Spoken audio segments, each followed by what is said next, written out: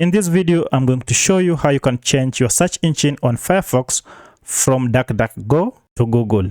As you can see, our search engine in our Firefox browser is set to DuckDuckGo.